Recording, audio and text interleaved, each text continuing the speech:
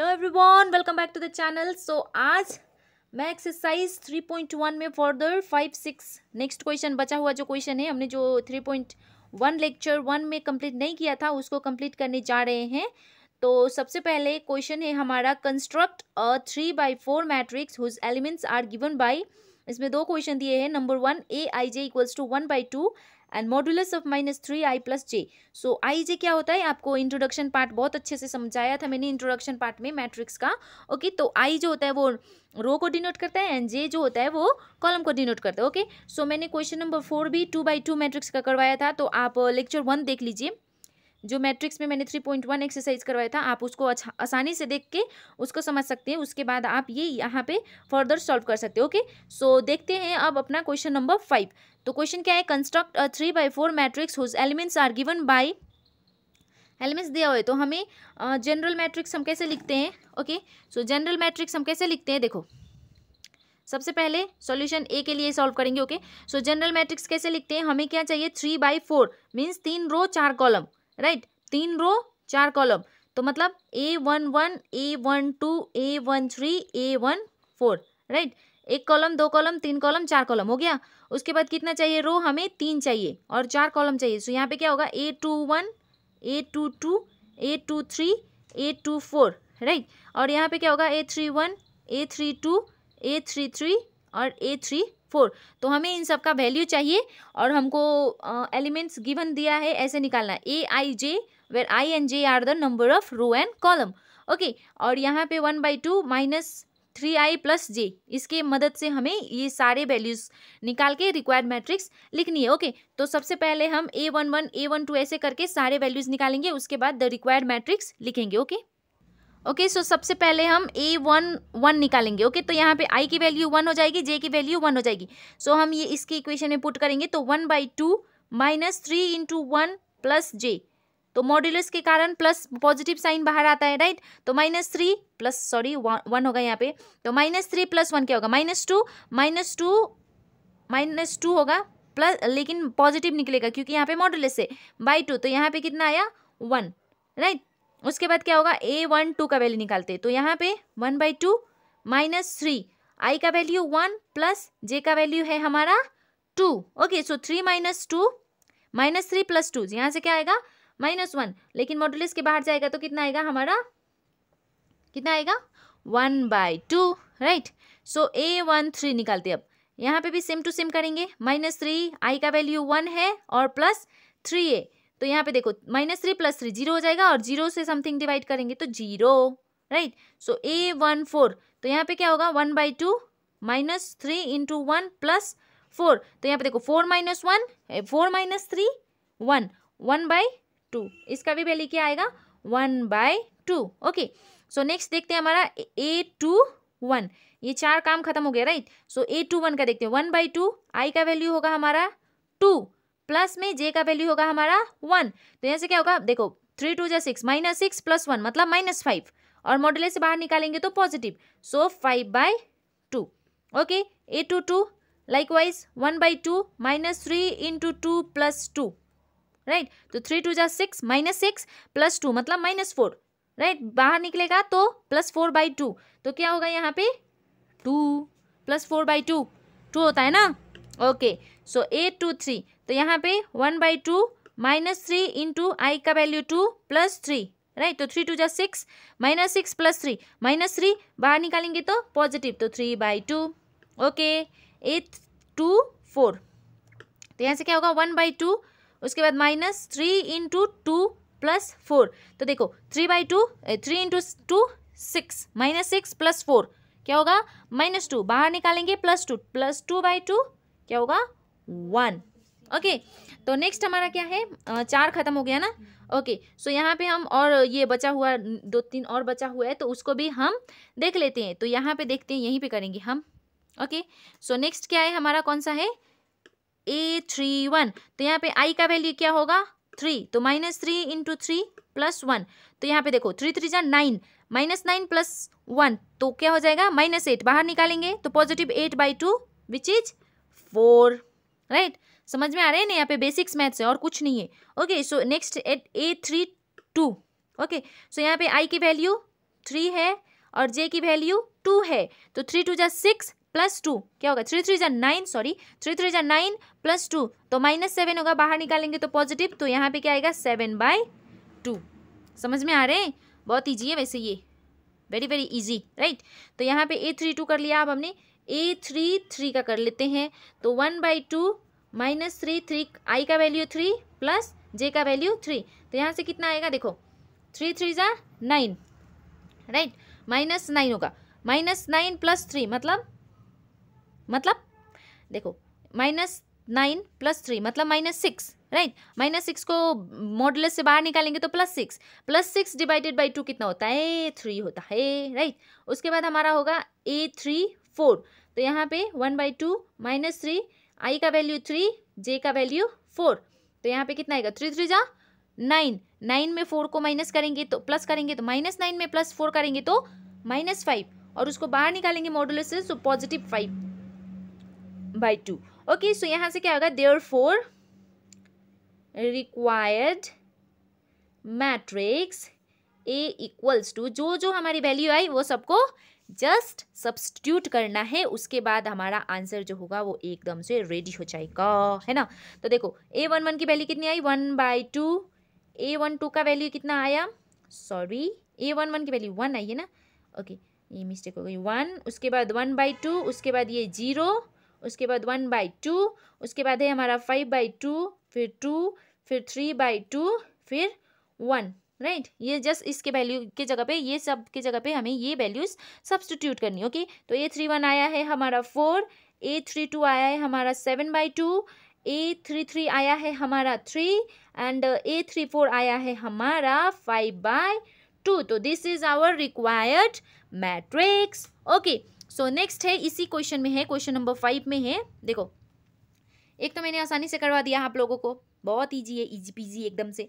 Same question यहाँ पे, लेकिन इसको कुछ अलग तरीके से डिफाइन किया गया, देखो 2i - j दिया है, यहाँ पे ये थोड़ा सा अलग था, ओके। तो यहाँ पे भी हम नंबर 2 के लिए आराम से निकाल सकते हैं, सेम होगा 3/4 चाहिए हमें, 3 रो वाला मैट्रिक्स 4 कॉलम वाला मैट्रिक्स, ओके। सो देखो यहाँ पे A11 अगर निकालेंगे तो क्या होगा, इसके अकॉर्डिंग निकालना है ना, अच्छे से देखना है, ओके। सो A11 निकालेंगे तो हमारा i का वैल्यू 1 है, j का वैल्यू 1 है, तो 2 × 1 - 1, तो यहाँ से क्या आएगा 2 - 1 1, राइट। नेक्स्ट क्या होता है A12, इसके अकॉर्डिंग निकालते हैं ना हमारा, इसके अकॉर्डिंग A12, तो यहाँ पे क्या होगा i है 1 - 2, j 2 है ना, ये i जो होता है रो होता है, j होता है वो कॉलम होता है, ओके। तो यहाँ पे हमारा कितना आएगा 2 - 2 0, उसके बाद आएगा हमारा A13, तो यहाँ पे क्या होगा 1 2 × 1 - 3, तो यहाँ देखो 2 - 3 मीन्स -1, यहाँ पे माइनस क्यों किया, क्योंकि यहाँ पे मॉडुलस है ही नहीं, यहाँ पे मॉडुलस था इसलिए हमने सिर्फ पॉजिटिव वैल्यूज लिखी थी, राइट। तो यहाँ पे हम माइनस आराम से लिख सकते हैं। नेक्स्ट क्या है हमारा A14, so 2 × 1 - 4 which is equals to -2। Next है हमारा A21, तो यहाँ से देखो 2 × 2 - 1, सो 2 2 जा 4 - 1 3, A22, देखो मैट्रिक्स आप लोगों के लिए बहुत न्यू टॉपिक्स है, ओके। और जो ये 3 और 4 चैप्टर है मैट्रिक्स एंड डिटर्मिनेंट, 4 मार्क्स के आते हैं बोर्ड में, यहाँ से एक भी मार्क्स नहीं छूटना चाहिए, राइट। तो इसलिए बहुत आसान है ये चैप्टर, आप आसानी से कर सकते हो। तो देखो यहाँ पे 2 × 2 - 2, तो 4 - 2 इज 2, फिर A23 का वैल्यू निकाल लेते हैं, 2 × 2 - 3, तो यहाँ से क्या आएगा 2 2 जा 4 - 3 इज 1। नेक्स्ट निकालते A24, राइट। तो यहाँ पे क्या होगा 2 × 2 - 4, यहाँ पे 2 × 2 क्यों कर रही हूँ, क्योंकि यहाँ पे है 2i, ओके, भूलना नहीं है। सो 2 2 जा 4 - 4 इज 0। नेक्स्ट क्या है हमारा 2 4 तक खत्म हो गया, अब है हमारा A31, तो यहाँ पे देखो i की वैल्यू कितनी है 3 - j की वैल्यू कितनी है 1, तो 2 3 जा 6 - 1 5। A32 लाइकवाइज 2 × 3 - 2, तो 3 2 जा 6 - 2 4। नेक्स्ट है हमारा A33, तो क्या होगा 2 × 3 - 3 इज 2 3 जा 6 - 3 इज 3। नेक्स्ट है हमारा A34, सो 2 × 3 - 4, 2 3 जा 6 - 4 इज 2। तो देखो हमारी सबकी वैल्यू आ गई यहाँ की, राइट, आराम से आ गई। तो हम क्या लिख सकते हैं, देयरफॉर क्या लिख सकते हैं, required matrix A equals to, देखो अब ये सारी वैल्यू हमको पता है, जस्ट इसके जगह पे इसको लिख देना है, इजी पीजी, राइट। सो यहाँ पे क्या होगा 1 0 -1 -2, उसके बाद क्या है 3 2 1 0, उसके बाद क्या है 5 4 3 2, इजी।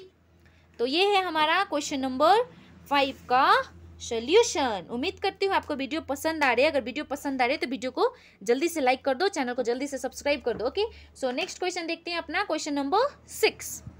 तो चलो क्वेश्चन नंबर अब 6 सॉल्व करते हैं। ओके, सो हमारा क्वेश्चन क्या है, find the value of x, y and z from the following equations. So question यहाँ पे 3 दिया है एंड हमको क्या करना है, x, y, z का वैल्यू फाइंड करना है। ओके, सो सबसे पहले हम क्वेश्चन 1 देखते हैं। तो मैंने इंट्रोडक्शन पार्ट में बताया था, जब दो मैट्रिक्स इक्वल हो तो क्या होता है, जब दो मैट्रिक्स इक्वल हो तो हमारा क्या होता है, कॉरस्पॉन्डिंग एलिमेंट्स इक्वल होते हैं एक दूसरे के साथ। तो देखो ये जो है 4 इक्वल होगा y के साथ, 3 होगा z के साथ, x होगा 1 के साथ, 5 होगा 5 के साथ, राइट।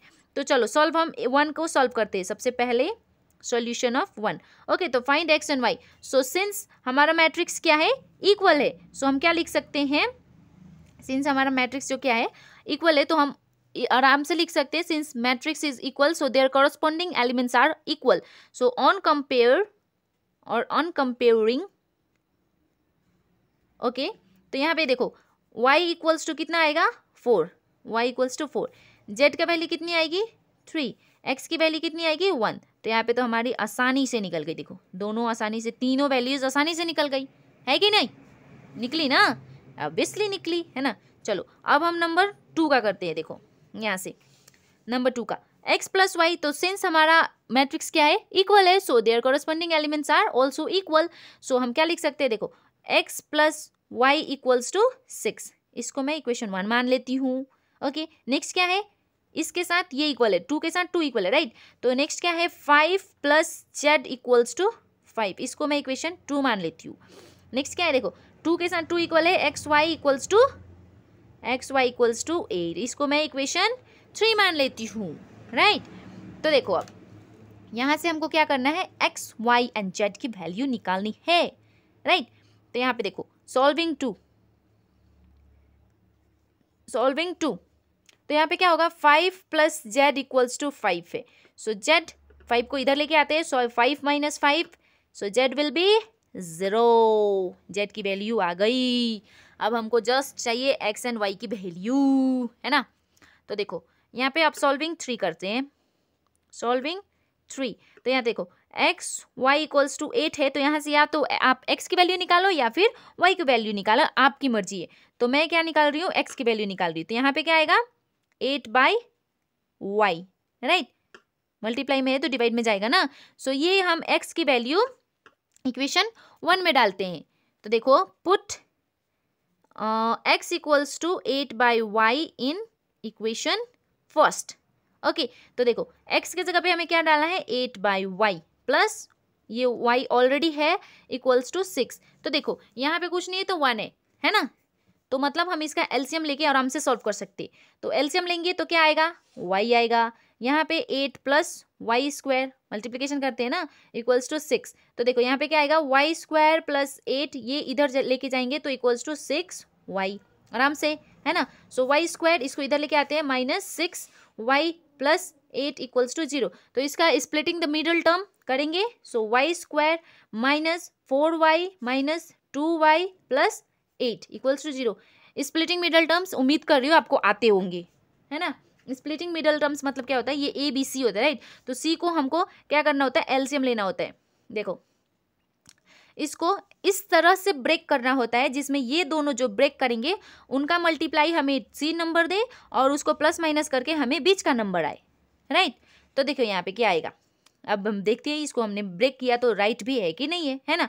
तो देखो 4 2 जा 8, लेकिन हमें प्लस में है तो -4 into -2, so minus minus plus 4 2 जा 8 हो गया, ये तो फिक्स राइट है, राइट। उसके बाद हमें -6 चाहिए, है ना।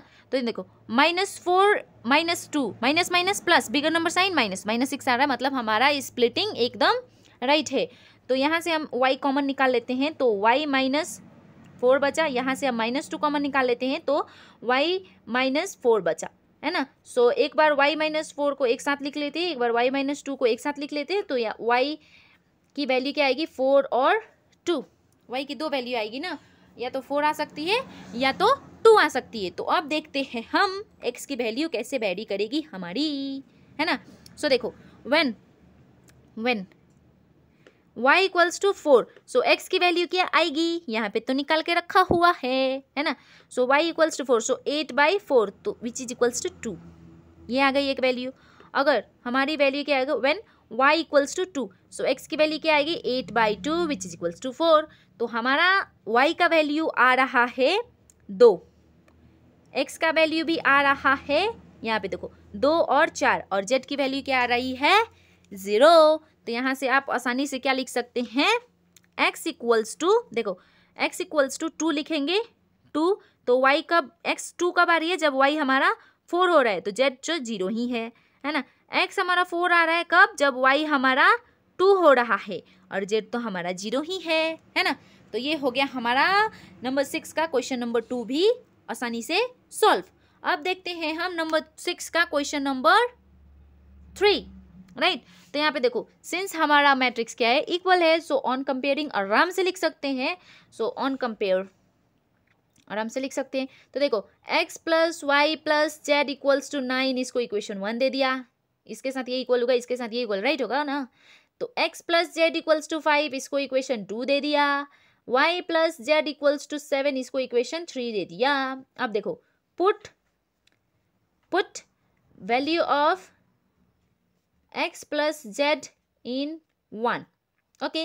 सो देखो x प्लस जेड का वैल्यू हमें 5 पुट करना है इन 1 में, तो x प्लस जेड वैल्यू कितना है 5, प्लस y का तो कोई जिक्र ही नहीं है, सो 9, सो y इसको उधर लेके जाते हैं, 9 माइनस 5 इक्वल्स टू 4। आप क्या लिखेंगे, put y value of y plus Z equals to 7 in 1, okay. तो यहाँ पे देखो y प्लस जेड की वैल्यू 7 रखनी है, ये दोनों की वैल्यू, तो क्या होगी x plus 7 equals to 9, x equals to 9 minus 7, so ये हो जाएगा हमारा 2। तो देखो x की वैल्यू 2 आई, y की वैल्यू कहाँ है, y की वैल्यू यहाँ 4 आई, राइट। अब हमें निकालनी है z की वैल्यू, तो x की वैल्यू y की वैल्यू आ चुकी है, तो हम पुट कर सकते हैं, put the value of x and y इन 1, तो यहाँ से क्या आएगी, x की वैल्यू कितनी है 2, प्लस y की वैल्यू कितनी आई 4, plus z equals to 9, so z will be 4 plus 2 6, इधर लेके आएंगे 9 minus 6, so z equals to 3। तो आ गई हमारी z की वैल्यू भी बहुत ही आसानी से। सो उम्मीद करती हूँ आपको ये वीडियो बहुत अच्छे से समझ आ रहे हैं। अगर वीडियो अच्छे से समझ आ रहे हैं तो वीडियो को लाइक करें, चैनल को सब्सक्राइब करें। मिलती हूँ मैं आपसे नेक्स्ट वीडियो में, till then bye bye, see you, take care.